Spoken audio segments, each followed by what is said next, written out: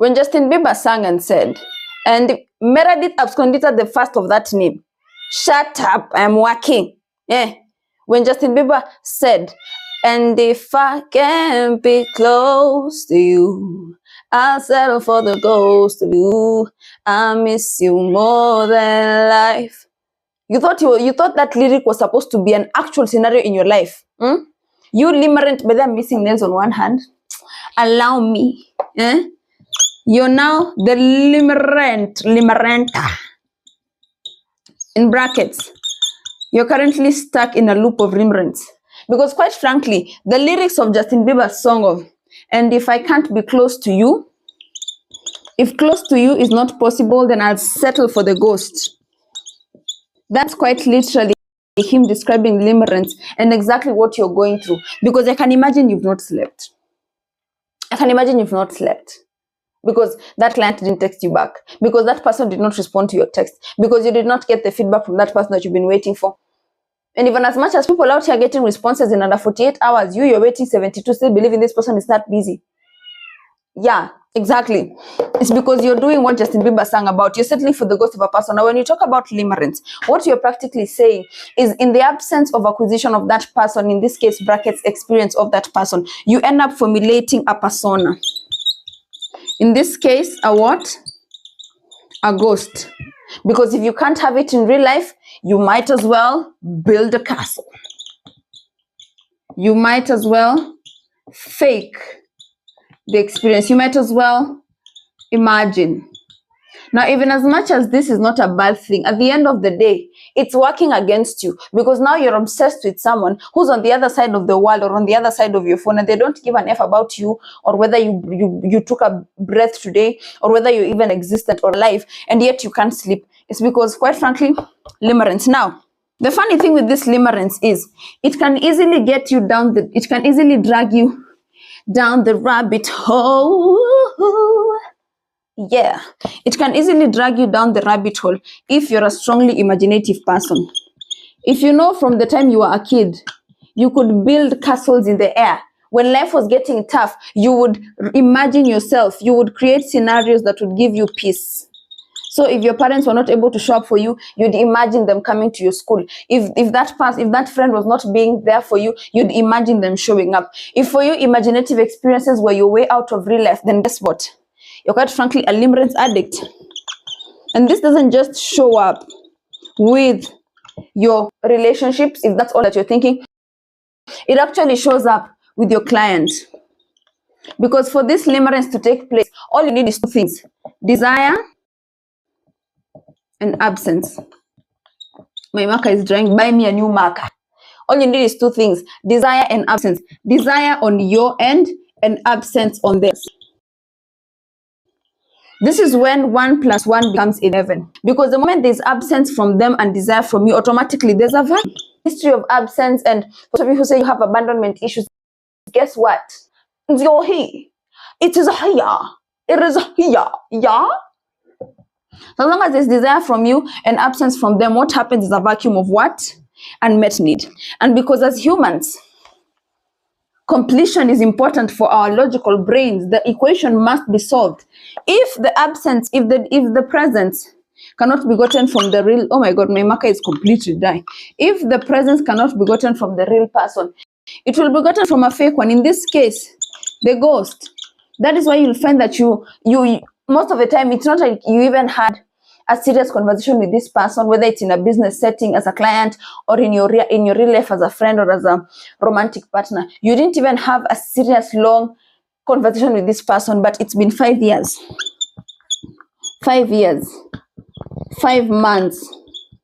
And you still can't forget. You still can't get over them. For some of you, this limerence runs for decades. It runs for decades. And the funny thing with this is, it's because, first of all, to your subconscious mind, time is an illusion. You know, y'all know I'm about to cook. Time is what? An illusion. And this being the case, from the logical point of view, you might have been limerent over this one for 5 years. But your subconscious mind, it's fresh as yesterday. It's because your subconscious mind, time is an illusion. What happens is there's no sense of it's enough time, obsessed over this person enough, I need to forget them. You've tried it, and you the whole I've obsessed over them for so long.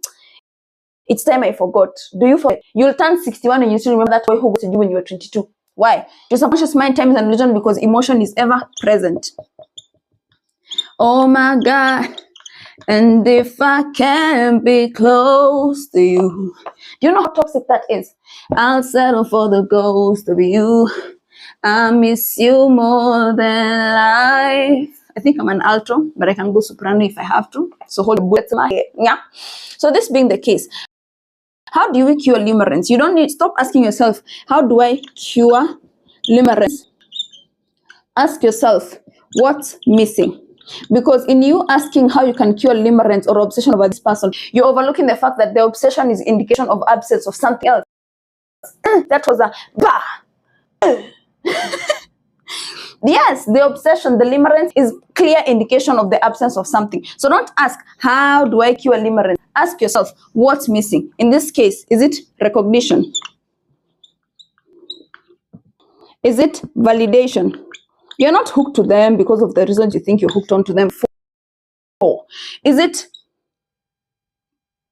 I don't know, money? Some of you are hooked onto people, not because they are good for you, but because, quite frankly, they represent a level of financial flow, spendy, that you don't believe you can get for yourself or within the people you have within your circle. So you overhype this person, not because they're worth the hype, but because, quite technically speaking, it's the absence of money in your life that is causing you to fixate on their money. So you're actually fixating on a possible version of yourself. We'll get that into another video.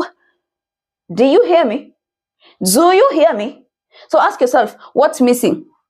And this will take you back to the past. Like I always say, the best pages to read are the pages of your past, not the books that you're buying, not the videos you're watching, not the self-development content that you're listening to. And while we are at it, let me give you guys a bit of detail on an app called GAIA. It's an amazing streaming platform that I've been using for the past 3-4 days now. And let me tell you, it's beautiful. If you're into all things manifestation, wealth, abundance, money as consciousness, UFO, especially now that the whole UFO topic is trending, you know, extraterrestrial activity, activating your genetic DNA. I'm here to figure out all those things, but let me tell you, GAIA is the platform for you. So you can start your journey via the link in my bio / description box, and I'll see you there. Back to the concept. What you need to do is go back to your past. In this case, ask yourself, were there elements of rejection?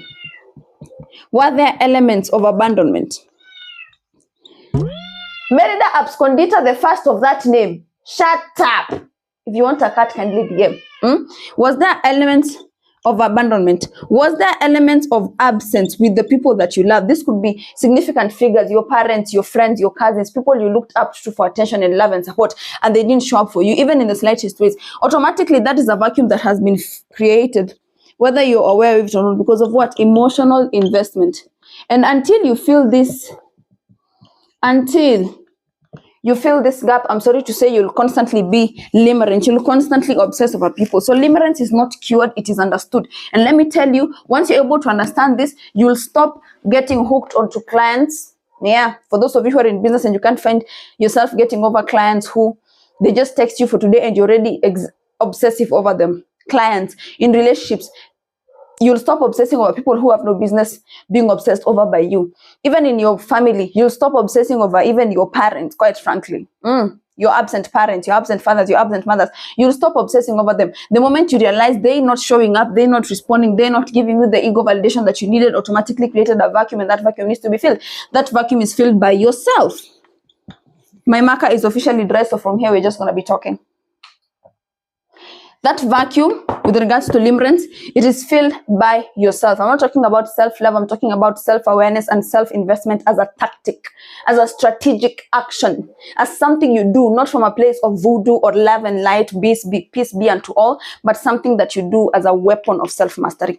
In this case, investing in yourself, first of all, if it is love, ask yourself, what is the one thing they could have done for me when I was 5 that I could do for myself now? Because even as much as you're 50, there's something you can still do right now that will suit the 5-year-old version of you.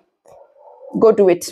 Go do it. If it's money, if you're obsessing over this person subconsciously because they have some level of money that you do not feel you can get for yourself, understand you can only be obsessed by someone if you do not subconsciously believe that you can be them or be better than them. So you're not obsessed with them, you're attracted to the version of you they represent. Amen. Hallelujah. Call the pastor. We are out of this class. So if it's money, focus on who you need to become. Focus on creating value. Focus on getting that money for yourself. Spend it on yourself. And you'll look back and you'll realize you're not obsessed with them. You're obsessed with the money you could have been having for yourself that they were representing. I'm rapping because I'm on a roll. Okay? I'm on a fucking roll, bitch. And another thing, because we've said limerence is quite frankly the indication of an absence of something. It could be love, it could be money, it could be physical affection, it could be everything or anything. You need to ask yourself, look at all the people that you've been obsessed with, all the people that you've been limerent over. And there's a common factor. There is a common factor with that limerence. Those people you're obsessed over, let me support this board like this. Those people you're obsessed over, those people you're obsessed, my hair. Those people you're obsessed over, there's a common factor. Either you're obsessed over avoidance who don't give you emotional attention. Either you're obsessed over rich people because they represent a level of money that you do not believe you can have for yourself. You've never seen it in your family, so you only think you're going to get it to other people.